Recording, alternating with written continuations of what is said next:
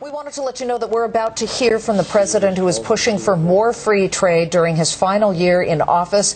Will his efforts fall on deaf ears in Congress? We will check in as soon as we get the tape from that, and we will find out exactly what he and some lawmakers are concerned about as far as their re-election prospects as the long-term direction of the economy moves all over the place. Yeah, we've seen Democrats, of course, switch side on this issue. Our Fox panel is here now to talk about. We have Charles Payne from WStreet.com, Peter Schiff, author of Crash Proof, Victoria Barrett from Forbes, and Gary Keltbaum from GaryK.com. Charles, first to you, the irony of the debate on the North American Free Trade Agreement with Hillary Clinton among the Democratic Party is that Bill Clinton was one of its biggest supporters. Without Bill Clinton, we probably wouldn't have NAFTA right now. He wasn't the originator of it, but he pushed hard, went against the unions, went against a lot of members of his own party for this thing, and now Hillary is looking to back away from it. It's amazing, but then again, she's backpedaling on a lot of things right now.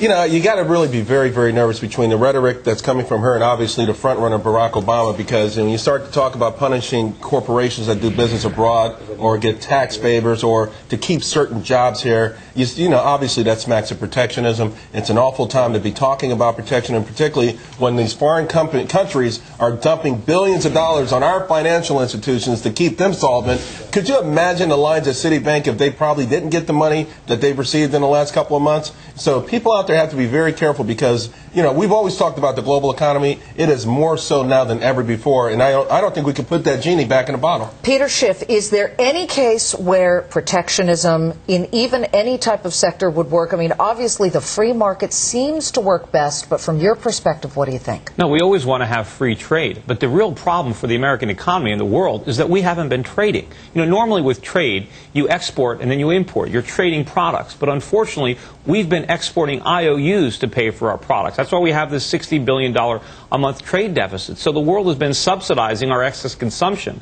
and we're starting to feel the repercussions from that now because there's been so much inflation. Remember, these foreign central banks are flooded with dollars that exporters around the world earn, and they have to print them up. I mean, that's where these sovereign wealth funds are coming from and these foreign reserves, and inflation is running out of control. Yeah, but Victoria, wouldn't inflation be even higher than it is if it wasn't for all those cheap imports? Well, yeah, in the U.S., probably Peter has a point, though, in that by trading with countries, in a sense, we export inflation because dollars are sloshing around globally.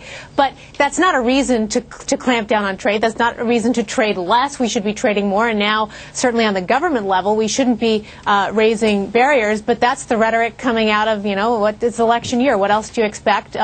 Hillary and Barack are in Ohio and Texas, and that's got to be the message. McCain, on the other hand, has made a really good point on trade, and he said, look, 95% of the world's consumers are outside of the U.S. Long term, that's the trend that matters. Okay, so Gary Keltbaum, what's your perspective on this?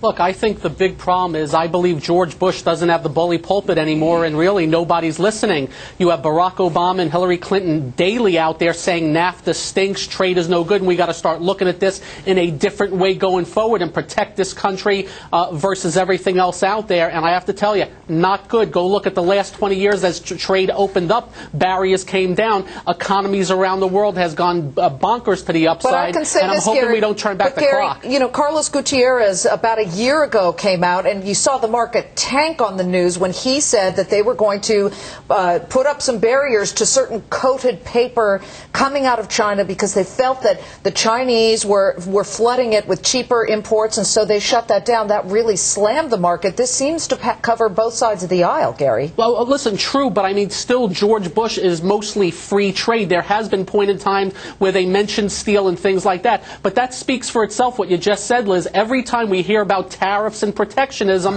markets do not like it. You are correct. Of course, Charles, the good thing about candidates running for president is candidates can't change trade policy. Bill Clinton, before he became president, had an anti-trade policy on a whole lot of issues that changed dramatically when he became president. Remember Al Gore? Al Gore was the champion of free trade when he was in office. Now that he's out, he's sort of lukewarm on it. Well, obviously, I mean, especially from my perspective, and I think from Wall Street's perspective, we hope that what happens in reality, if the Democrats get the White House, doesn't live up anywhere near the hype and the rhetoric right now. That because hopefully the brighter heads, level heads will prevail, and they'll see like, listen, this is going to absolutely destroy the economy. Maybe it won't be a topic until re-election time, but hopefully it won't. They won't have the same impact. The real problem is not going to come from Washington. It's going to come from Beijing. It's going to come from Riyadh. When these governments stop buying up all these dollars and stop propping up our currency, then we're not going to be able to trade because we're not going to have anything to trade for.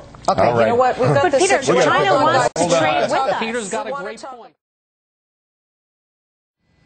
Worrisome figures on the inflation front today. The January producer price index shot up 1 full percentage point from December. Analysts had been expecting a jump of just 0.4%, but the Fed says no inflation. Yeah, right. Well, they say inflation not as important as other things, but the annual rate of wholesale inflation has now reached its highest level, people, since 1981. Will any of this force the Fed to change its course and stop cutting interest rates? And what would a rate hike do to an already fragile economy? Our Fox panel is back now to talk about it. Peter Schiff, this is your baby.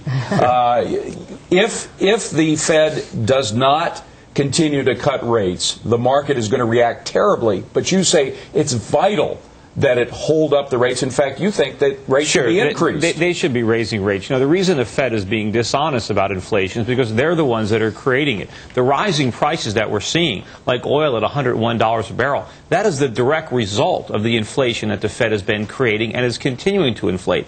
They need to stop doing this. They need to raise rates substantially. The fact that we're going to be in a recession because we're so over-leveraged is just the price we're going to have to pay for being in this position in the first place. But the Fed can't continue to create inflation. And these numbers, even though we're seeing these big moves up in the PPI and the CPI, they still underestimate the problem. It's even more severe than these numbers let on. Eric Bolling, you know that your bailiwick, the NYMEX, is responsible for a lot of the inflation as we see high energy prices, producer price index way outperforming what the expectations were today. What do you make of this? Do you think the Fed needs to start straddling the line here with inflation and start doing something to bring it down? Yeah, you know what they should do? They should continue to cut rates because the more pressing problem is a slowing economy. As the economy slows, that rate of growth contracts. And that, by the way, Peter, that will bring your prices of oil and gold down. Sure it will. The contraction. You can actually risk deflation. By the way, housing is in a recession. It's not inflating, it's deflating. So that's drawing about 1% off of GDP. So my point is, right now, the more pressing issue, and Bernanke has said this, and Paulson has said this, the more pressing issue is making sure that this economy continues to grow, albeit slow, continues to grow. We'll deal with inflation later. We will. We'll raise rates. The recession is not going to stop inflation. It's going to make it worse. Sure, maybe. I totally disagree with you, Peter. I completely disagree with you. But you're 100% wrong. What's going to happen is you get down on the NYMEX and try to trade the way he does with oil. Go ahead. Sure. There's going to be diminished demand in the United States for goods, but demand is going to explode all over the world because we're diminishing the value of the dollar. And as the dollar loses value, products get cheaper for the rest of the world. And that's why we won't recess. Go ahead, Gary Kalbaum. Look, here's the bigger problem. The Fed last week said inflation was anchored. In the last month, you have most commodities up 15%. This reminds me of the last year where they said subprime was contained and don't worry. Let me tell you what happens here. Number one, I said they were going to keep lowering rates. I expect them to go down to 2%. But what happens when the long yield of the bond market starts spiking to the upside, which we started to see? Doesn't matter what they do with short rates, because if the 10-year keeps going up, mortgage rates keep going up, cost of capital goes up, and anything they do is not going to help the economy anyhow. So they've put themselves in a box. I don't know how they're going to get themselves out of it. Charles? Well, looks like I'm going to have to tilt this back over toward the other side because I'm inclined to agree with my buddy down there trading the oil. I mean, listen, I understand inflation fears. In fact, I believe by the end of next year, Fed fund rates will be back over 4.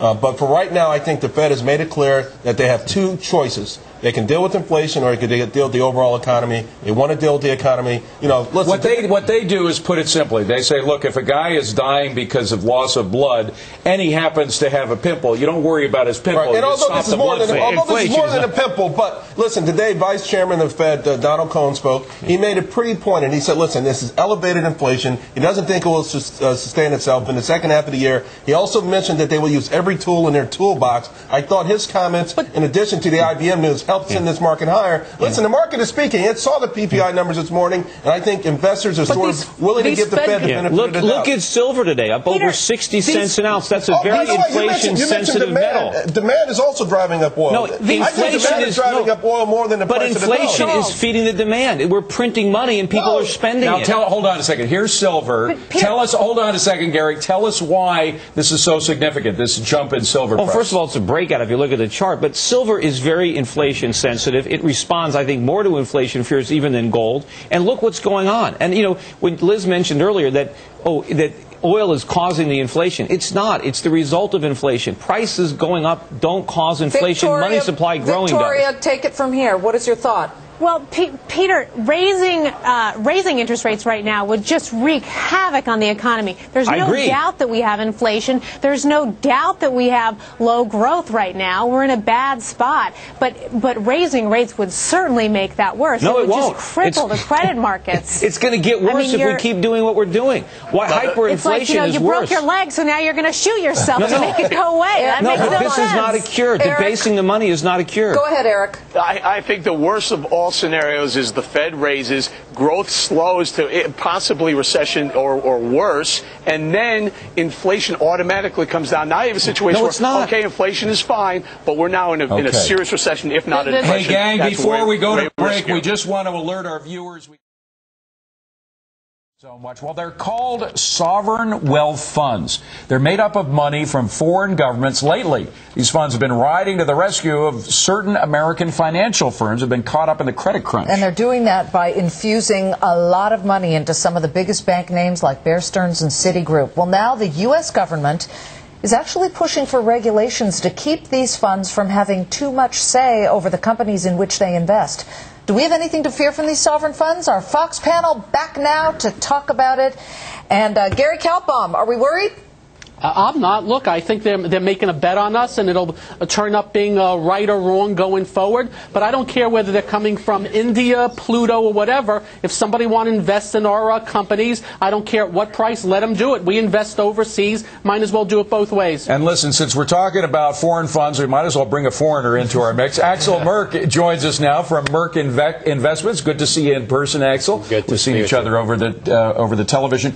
Is there a concern, though, if in fact, because these are not a bunch of foreign investors. These are government funds. That's why they call them sovereign foreign funds. They are actually related to the governments, which very often have their own political interests in what happens in the states. So shouldn't there be some kind of regulation on them? Well, they have been flying under the radar for many decades. They've only now come to the news because of their very aggressive investments into the banks. We often forget the flip side of things. There are also very politically sensitive issues on their side. They don't want to be in the news. And so when at a point where we need their money, we can argue whether we should have it, but we made wrong decisions. We need their money.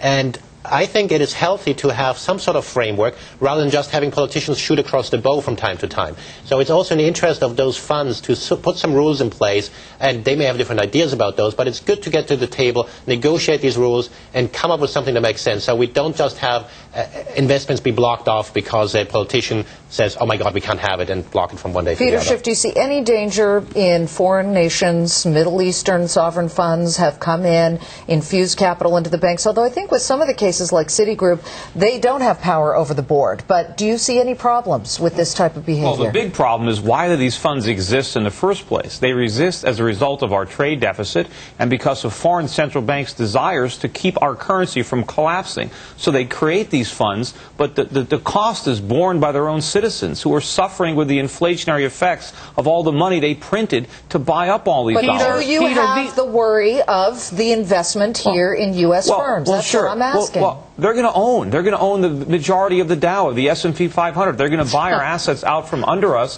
This is what we did. We traded consumption for our companies, for our assets. All right. By the way, I didn't get that memo that you apparently got from these sovereign funds. But should there be some concern about a government involving itself in our financial institutions? A very small amount. I mean, because to a certain degree it's hypocritical. If you look at the problem we're having right now with investment banks, for us to talk about transparency, it's almost laughable. We still don't know what the heck is going on with all the major major investment banks here in America. It's true. By the same token, we're talking free trade. You know, if we want China to take our dollars, then we have to allow them to invest our dollars. Right now, sovereign wealth funds are about $3 trillion, and I think in about a few years they should be up to about $10 trillion. Even then, they couldn't buy up all of our assets. Gary. Peter. 10 seconds, Gary. And they don't just invest here, they invest around the world. So I don't know where Peter's coming from, how bad it is to be investing in America. Well, they're getting lousy returns on their investments in the United States. Our markets have performed miserably. So why are they doing it if they get lousy returns? They're doing it because they feel they have to preserve our market. They're trying to prop up our currency. They're making an investment. They're making long-term investment. Believe me, they wish they didn't have these. All right, bond insures. It was a problem. All right, well, let's go back to the markets. The markets are trading up now in the triple digits, back in the triple digits. There's a lot of news to be watched. And by the way, this rally, as was noted, Scott Blyer sent me an email. As you know, Scott Blyer, one of our Bulls and Bears, saying it's a very broad rally. It's not just limited to a few stocks, although, interestingly, a couple of few stocks are not doing well at all. Google is down about 5% today, not stopping the NASDAQ. As we look there at the Dow Jones Industrial Average, NASDAQ is up percentage-wise just about the same percent. I disagree with Scott, and we can bring in our panel right now. We've got heavy industry like Boeing, General Electric. We have United Technologies, all moving lower at the moment on the Dow. So they're not helping the Dow at all. We have the big IBM story. Peter Schiff, what do you think is at work here on a day like today? I think it's, again, the weakness of the dollar. I mean, look at what's happening. If you price the Dow in Canadian dollars, in euros, it's actually losing value today. Okay, but why does that make the Dow go up 118 Let me explain. points? If you price it in silver, the Dow is actually off 350 points today.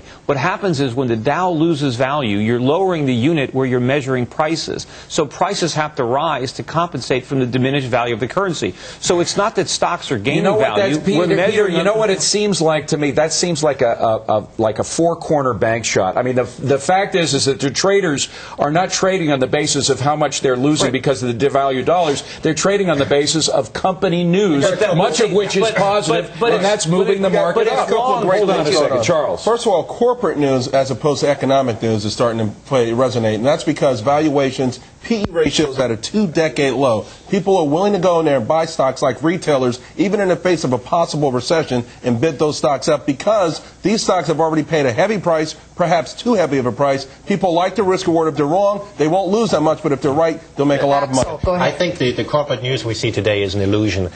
Much of the euphoria we have today is because there seems to be a solution for the subprime problem, for the mortgage insurers and the like. The bond insurers. And these are just temporary fixes, even if they get a cash infusion from the banks. The banks bailing out their own insurance companies is not going to fix anything. It's going to provide a safety net as long as housing prices don't deteriorate further. So we kind of cling to any sign of hope we have. The market wants to go high on that, but we still have huge issues. A triple-digit rise is more than a cling. Tracy Burns is down on the floor of the New York Stock Exchange. Tracy, first of all, was it IBM that was really moving this market, or was it a broad movement?